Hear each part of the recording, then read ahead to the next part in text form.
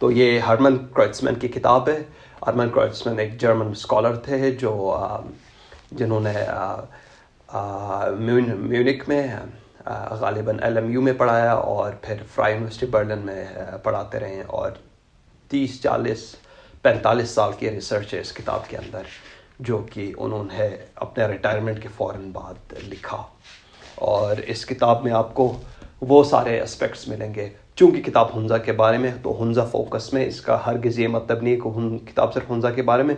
इसमें आपको India, Pakistan, British empire, China, Russia, जो ग्रेट गेम के दौरान से कॉन्फ्लिक्ट स्टार्ट हुई और फिर वो कैसे आगे बढ़ता गया और फिर कैसे जो है अभी आके हुंजा पाकिस्तान का हिस्सा बना और अभी ये कराकोरम हाईवे ने कैसे कनेक्ट किया और पाकिस्तान चाइना की जो आज CPEC के थ्रू जो कोलैबोरेशन है वो कैसे डेवलप हुआ ओवर ईयर्स। तो उन सारी चीज़ों के बारे में आपको सिर्फ इस किताब में मिलेगा। ये आप देख सकते हैं, Hunza Matters, Bordering and Ordering Between Ancient and New Silk Road. So these expeditions started coming to the north. And how do you see the whole development starting from the 1954, the German-Austrian Karakoram expedition, and they taking, even doctors with them to Hunza and really trying to also break the myth, as well as then renegotiating or apologizing to the Mir and then inviting him to Munich. So how does these tourism development then unfolded throughout? And they mentioned that initially Nepali Sherpas were taken to these expeditions. But later on you also mentioned that now people from Shimshal and Pasu have been more involved in it. But now we currently see again Nepali Sherpas have taken over the whole business. So how do you see this whole cycle? Yeah, this expedition business is quite interesting, how it developed after Pakistan's independence.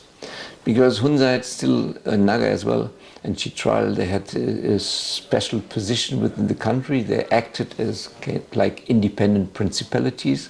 They got a lot of appreciation outside of Pakistan.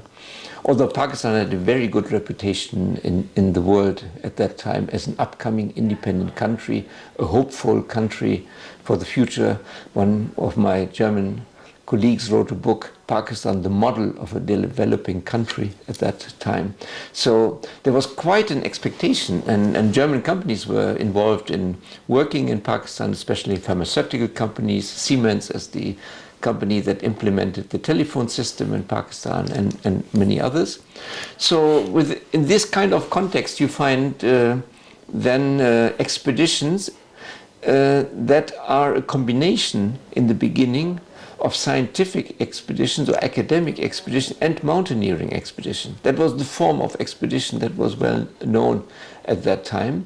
And so this 1954 expedition involved geologists, glaciologists, map makers, linguists and other people who were interested in studying an area that was before reserved for Britishers during colonial times. So it was an opportunity to come to an area. Germany had a special affection for studying Afghanistan before, and so some people thought this is a void between Afghanistan and Nepal and India, that the Karakoram has been excluded from this kind of research. So anthropologists were very eager to study these areas as they expected to find not only archaic languages but archaic practices there as well. So they were very interested to join forces with mountaineers of that time. And that was the German Research Council which funded these expeditions at that time. And of course these expeditions had get the permission of the rulers of the area. So they were writing letters to the Mir of Naga and the Mir of Hunza. And the Mirs had already started, especially in Hunza, a kind of hospitality service since 1925, when they built the first guest house in Karimabad, and where they located colonial officers at that time. And they easily found out that this is a very lucrative business, that you can make a lot of money when you channel all the money that comes to the valley through your own pocket, and that you don't give any chance to anybody else to be host to visitors. And this was continued with expeditions. And these expeditions were quite expensive enterprises. And these expensive enterprises involved a lot of people they needed. They need a lot of porters. They need guides and all this. And that was the opportunity for the rulers to give jobs to all their friends and exploit all the ones they could exploit as porters and so on, and make double business basically. They took the Rajaki and the Borvar and the Begar as for free for them, but were paid for this, and could pretend that they were big shots, and they got a lot of gifts at that time, and the expeditions wanted to help them in infrastructure development, allocated more funds for the area, improve the road systems, and so on and so on. So this was a very lucrative business from the beginning. The first expeditions to the Nanga Parbat, you're right, they hired Sherpa porters from Nepal, because that was at that time the epicenter of peak mountaineering, because the Mount Everest was the aim, and the other 8,000-meter peaks came later after that. So they thought these are experts, but soon they found out that local people are very good in these things as well, and that it is better to cooperate and work with them because they know the place better. And so very quickly Hunza people replaced Sherpas in the area. And that was mainly first people from Central Hunza. These porters in the early expeditions, they came from Altit, Baltit, Ganesh, and Aliabad, and Hyderabad basically. And later on it came up when the other Karakoram peaks, and when this kind of joint expedition of academics and mountaineers was replaced by a number of expeditions. I mean, in the 1980s, 90s, maybe already in the 70s, there were already about 40 expeditions per year going to peaks in northern Pakistan, mainly in Baltistan and in the Hunza Valley and in Astor and Chilas. And so they needed quite a number of people being involved. Baltis performed very well as porters in Baltistan. Then local interests were clashing with external interests. That people in Hispa said, when expeditions come to Hispa, only porters from Hispa should be employed. In Baltistan, they said only porters from Baltistan should be employed. But at the same time, they needed expert porters. They needed high-altitude porters.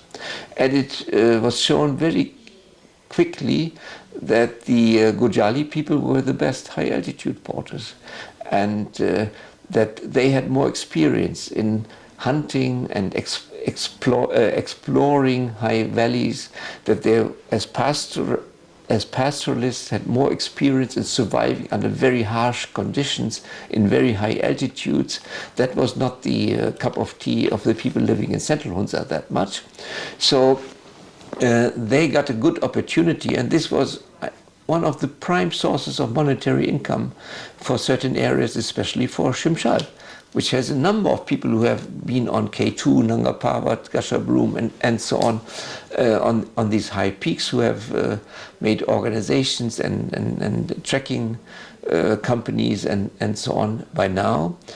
But in recent years, and you're referring to this, which is a very interesting phenomenon, that say the opening up of politics in recent years in Pakistan allow even foreign operators to come there as tour operators and bring their people, that Nepalis and Sherpas, who are very affluent in certain parts of Nepal, and especially in the Khumbu area, and these people come from the Khumbu area, that they try to expand their business from Nepal into Pakistan as well, and start to being operators there, which is quite an interesting move, but has nothing to do with the initial move of the 1950s, and it has something to do with the change of government rules in Pakistan and allowing entrepreneurs to do many things that are out of control of the local people.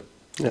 Just an irrelevant question that I guess you saw the video of a Pakistani Sherpa dying on K2, which yes, brought quite controversy. It was here in the newspapers. It was very prominent in our newspapers as well. Yeah, so how do you see these controversies that, Sherpas are underpaid, and those Sherpas who go there do not go with all the necessary training and all the equipments that they need. Are you talking about Sherpas or porters?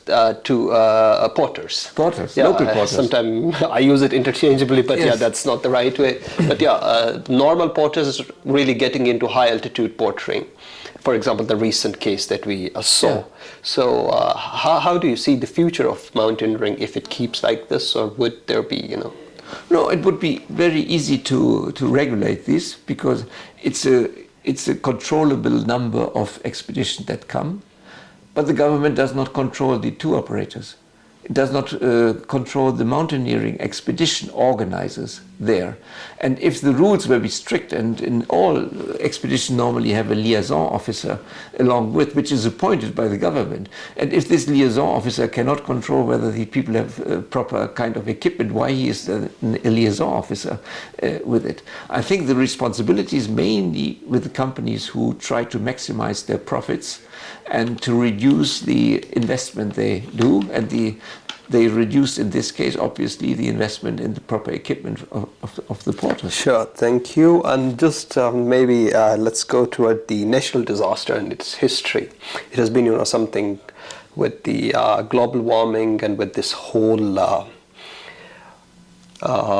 notion of, environmentalism has become something very mainstream now, being discussed everywhere. And how do you see it unfolding throughout history? Because you have kept a track from the mid of 19th century all the way till 2019. So which is like roughly more than 150 years of a natural disaster for which you have kept. So how was this data accessible, and how really is the government, or are the people getting into building these communities more resilient to natural disaster over the course of time, starting from the very early age? Yeah, these are basically two questions. When I was studying the colonial records, it came to my attention that disasters are recorded there as well. So right from the beginning, when I was working in the archives in St. Petersburg and in London and other places, I was making up a list, and I think that was the first time that anybody recorded in a chronological way the kind of disasters that were known of this area. And that's why this article, which I published, is maybe one of my most quoted articles, because of these people's interest, especially by natural scientists as well, in finding some statistical evidence about what kind of disasters were there.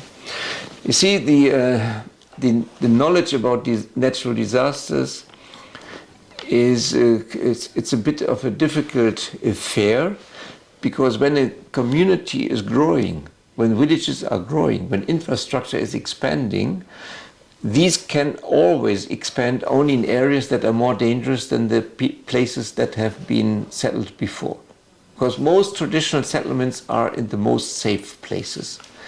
And so in the Hunza Valley, we nearly did not lose a village completely before the Atabad disaster happened. We had some villages or parts of villages that have been abandoned or given up because the water supply was interrupted and so on. But in the long run, most of the villages, the old villages, are still there in the location and have not been destroyed. But now we have places like Miacha and Nagar, which are a very old village, which is in danger of falling down the slope and so on. So what we see there is two factors. One factor is by expanding into more dangerous zones, the threat is increasing in the area. And on the other hand, we have now more observations than we had before. The ones I could record in the mid-19th century were only if somebody had passed an area where something had happened or had got word from a disaster, then it was recorded. But there are so many disasters happened at that time as well, totally unrecorded and unmentioned of. And so the destruction at earlier times probably was quite severe already, although we must see that the intensity and the number of disasters have increased in recent years.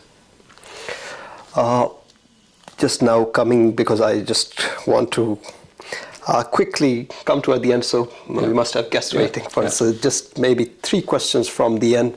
One is about you, time and again mentioned that it's even the photographs taken, the things written are from a male-dominated perspective. Yeah. And you also being a male, writing again, from a male dominating. So how do you think that this gender really plays into bringing knowledge forward or constructing literature? Oh, that's I mean, it's a very open question, but in terms of Hunza, maybe if you can reflect on that.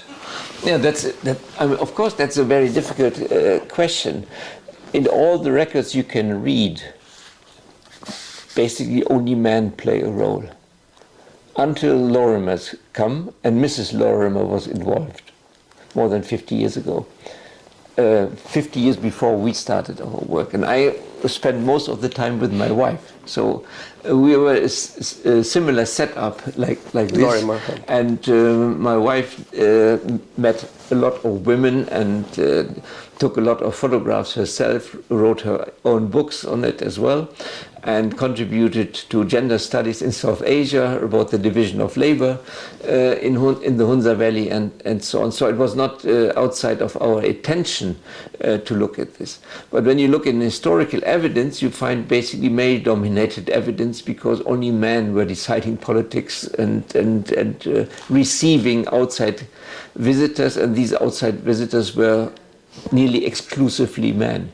But before Ella Maillard came in the 1930s, who came at the same time as Peter Fleming, and when you compare both reports, Peter Fleming's report, he's the brother of the one who invented James Bond movies, Ian Fleming. Oh.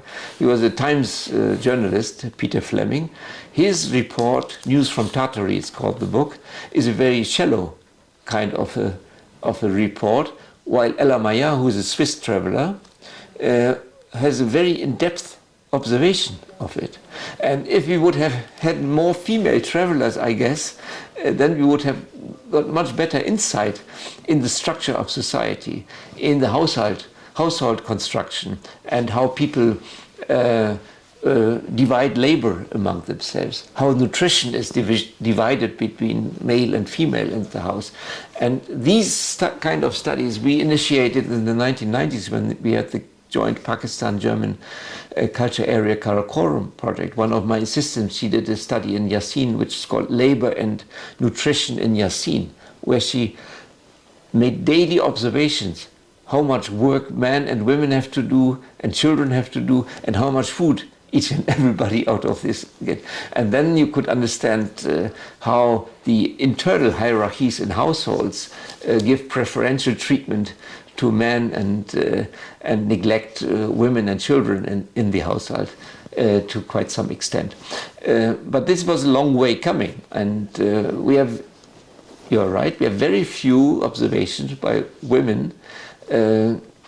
In the 1950s, some nurses came from Karachi visiting the Mir of Hunza and fell in love with the Mir of Hunza. And Irene van Unruh was there in the 1950s expedition and was treated as a exotic kind of visitor as well. And later on we had more female visitors and more people who were writing about it. But it is a different perspective, and of course it is reflected in what is photographed as well. The images we have from the area are very much through male-dominated eyes. Sure. Mentioning of Lorimer, so let's go to the last chapter then. The whole myth about longevity of life, people not knowing what disease is or that developed after Lorimer and how it was refuted by Unruh and then later scholars. But still it persists. We see it in the digital media, even the literature was there. Now it's even in the digital media, people going there with their cameras and then, portraying the secrets of Hunza life, secret of this, secret of that.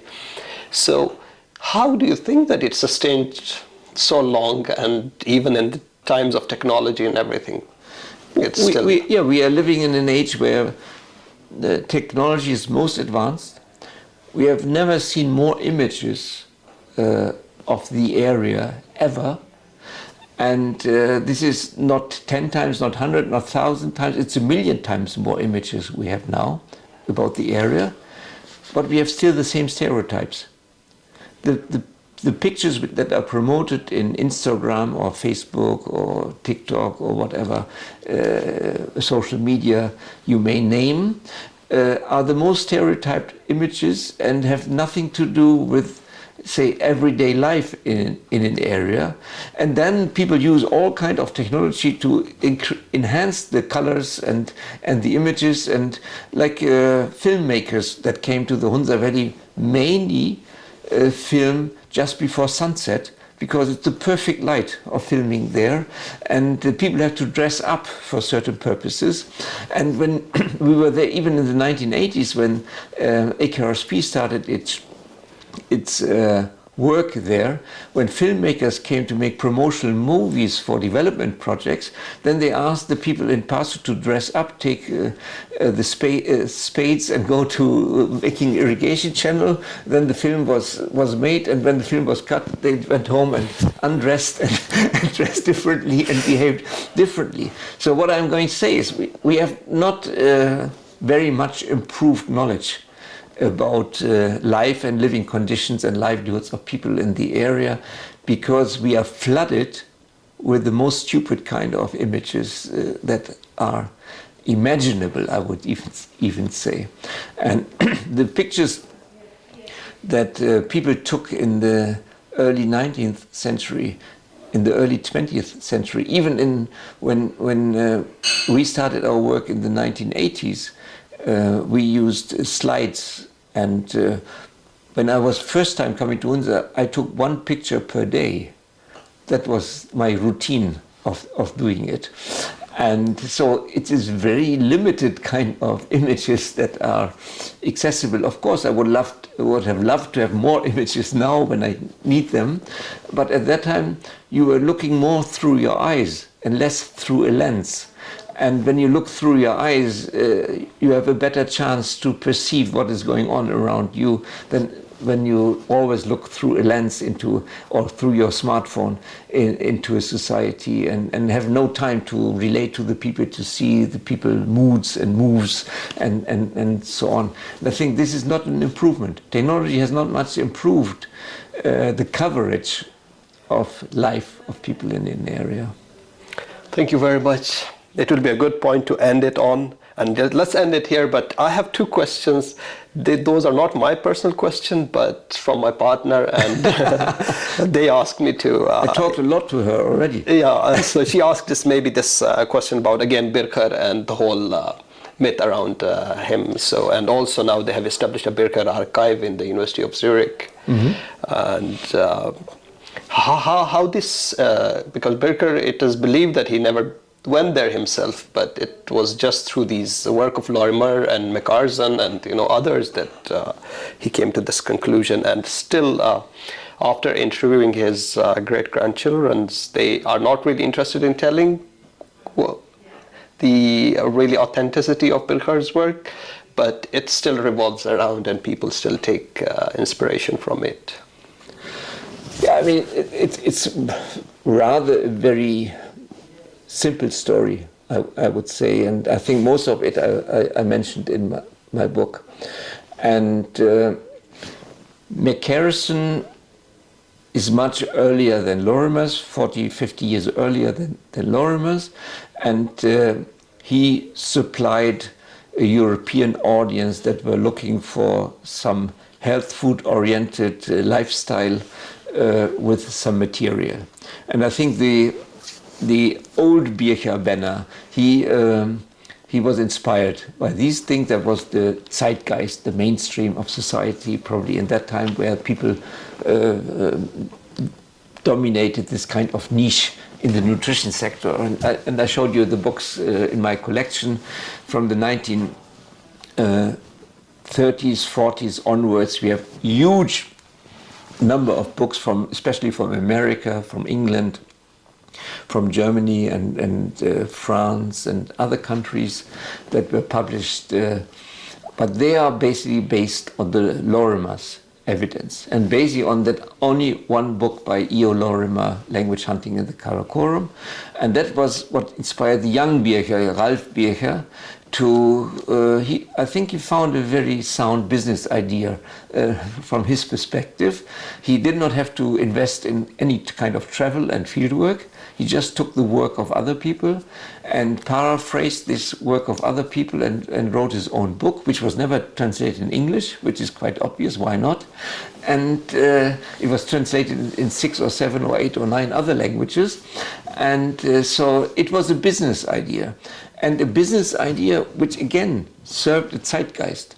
And the zeitgeist of the Second World War is a zeitgeist where many people from the middle class, we would say now, from the learned middle class, were looking for some place in which the world is in order, where there's no war, where there's no conflict, where they can find peace and where you can, through proper kind of nutrition, prolong your life.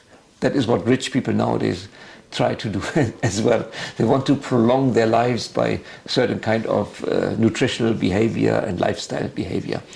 And so he served a very important purpose at that time, but he was not alone.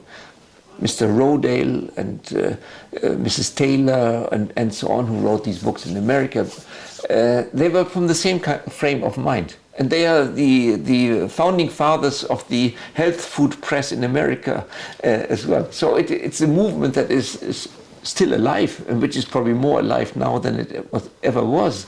That's why these books are reprinted and again and again. And but the essence of all of this is that they were just stealing the information other people had provided and used it for their own purpose. That's the essence. In all those books you find pictures of the Lorimers.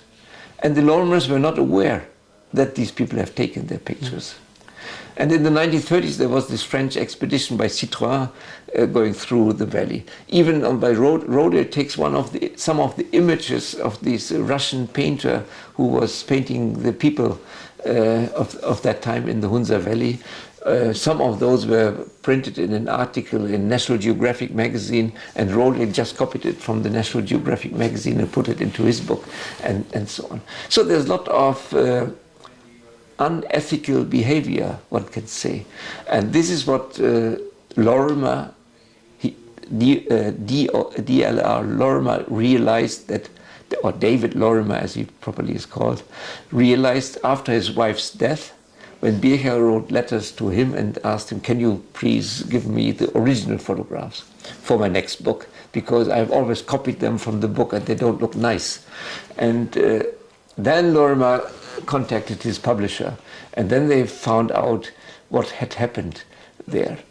But Bircher was not the only one contacting them. There were so many upper middle class people from Europe who became travelers, who wanted to go there because they had read in Lorimer's book about the healthy people there, and they wanted to know why it is. So he got a lot of letters where they wanted to ask practical questions, how we can go to Hunza, how we can meet the healthy people, and so on. So Lorimer made a big file in his office, which is called Hunza Humbug.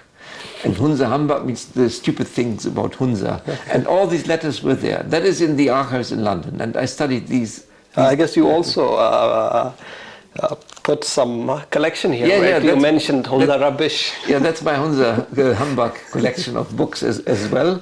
And but it's very boring reading, basically, because it's all copied and it's all pure imagination and less evidence. And there's a book by some Austrian guy, for example, who is promoted in his book as an expert of agriculture. But he cannot distinguish between wheat and buckwheat and millets as well. And so there's a lot of unprofessional kind of I would not call that field work.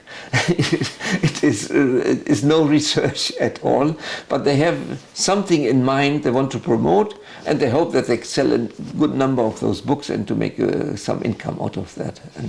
And regarding building these chairs at different departments, so there was a recent controversy about in the Humboldt University, where they have this faculty for alternative medicine or something, or alternative lifestyle, and they do not necessarily give the full freedom for research. They only, put their, from what I heard, from what I read, that put their focus toward certain research that complies with their ideology. So there's nothing called really freedom in these chairs of departments where, so in academics you still see the same thing in a way.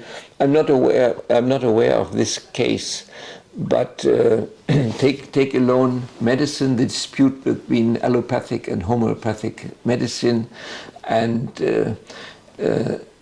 the line I am following, and which is the basis of my books as well, is I study only evidence-based kind of materials, and I use them. But these we are discussing right now, these are people who are believing in certain things. They don't look for evidence. They are believing certain things, and that is the split, and this is say a border that cannot easily be trespassed between two sides. Yeah. But I think you should be aware that academics is not a holy grail and not a heavenly place where everybody is very open-minded and has no ideological background. Yeah. Every researcher has his kind of ideas, and he wants to find evidence for his ideas or her ideas. And so if there are controversies, I would not be surprised about that. But what we have in university, my former university in Erlangen, where I was before I came to Berlin, I think we had one of the German ice manufacturers. In Switzerland you have Mövenpick ice, and in Germany we had Scheller ice at that time. And that was the family from Nuremberg, and my university was in Nuremberg, Erlangen at that time. And he was a promoter of nature-based medicines. So he spent some millions as a donation to the university, and the university was forced to make a chair in studying these things, and so it happened like that. And these things happen everywhere. Yeah, it's quite, this distinction has now almost blurred, that, especially with this climate activist and everyone, such people who are really emotional about certain cause, but do not come up with really scientific reasoning or scientific evidences to support their cause, like gluing their hands to the roads and trying to stop through forcefully these. Yes, there should be some radical steps, but I guess it should more come from evidence-based, from knowledge-based, rather than this whole emotional. No, both are important. Hysteria. We would not have come to an end of nuclear plants in Germany without a radical movement in the 1980s. Okay. So certain things are sometimes good when they happen. We would not have been this kind of liberal society if we would not have had the student revolution of the 1960s and 70s. And so I'm not sure. I think a good mixture is probably... It's hard to really distinguish the line. It's quite blurry between the two. Yeah. This last question, quite controversial as well, the constitutional limbo of the area. And do you think it's going to get resolved at some point? Again, when I'm looking in evidence, then I cannot answer your question because we have so many announcements, and that's why we always talk about liminality when we talk about the area, and I'm not sure what will happen in the near future. There were certain instances where Pakistan would have had a chance to do this, because India acted on its own right in this Kashmir limbo situation as well, and Pakistan did not make the decision for this. So I'm not sure, and I don't know what will come out of politics in Pakistan in the near future, and what come out of world politics as well. What is the relationship between China and India in the future, and what will come out in Afghanistan or whatever. I mean, that's so very complicated, and the thing is, people living there are not the actors. Other people are actors. And you will never be entitled to become actors on your own right. Yeah. But at the same time, it's the most stupid movement that we had, like Balawaristan movement for an independent state. This is completely unsustainable. Anything of this kind would be unsustainable in the long run. And I think Gilgit-Baltistan has had major advantages of being part of Pakistan. in terms of infrastructure investment and so on and so on, which people normally don't like to acknowledge at all, and got opportunities for education and for health services and jobs and so on. So I would not, I'm not in the position to judge these things, and I'm not the person who can predict what will come out of that. Yeah.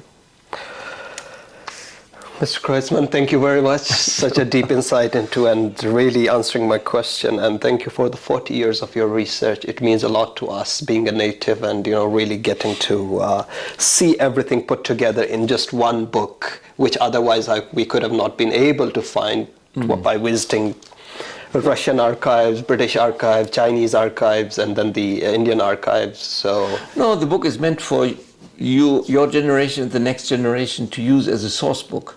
Yeah. And that was the idea of providing so many archival evidence and documentary evidence in the book, that people can make up their own interpretations out of this. That was the idea, and I hope that it will serve the purpose. I hope my interpretation was on track. Yes, it's okay. It's okay. I didn't misrepresent it to you. Thank you very much.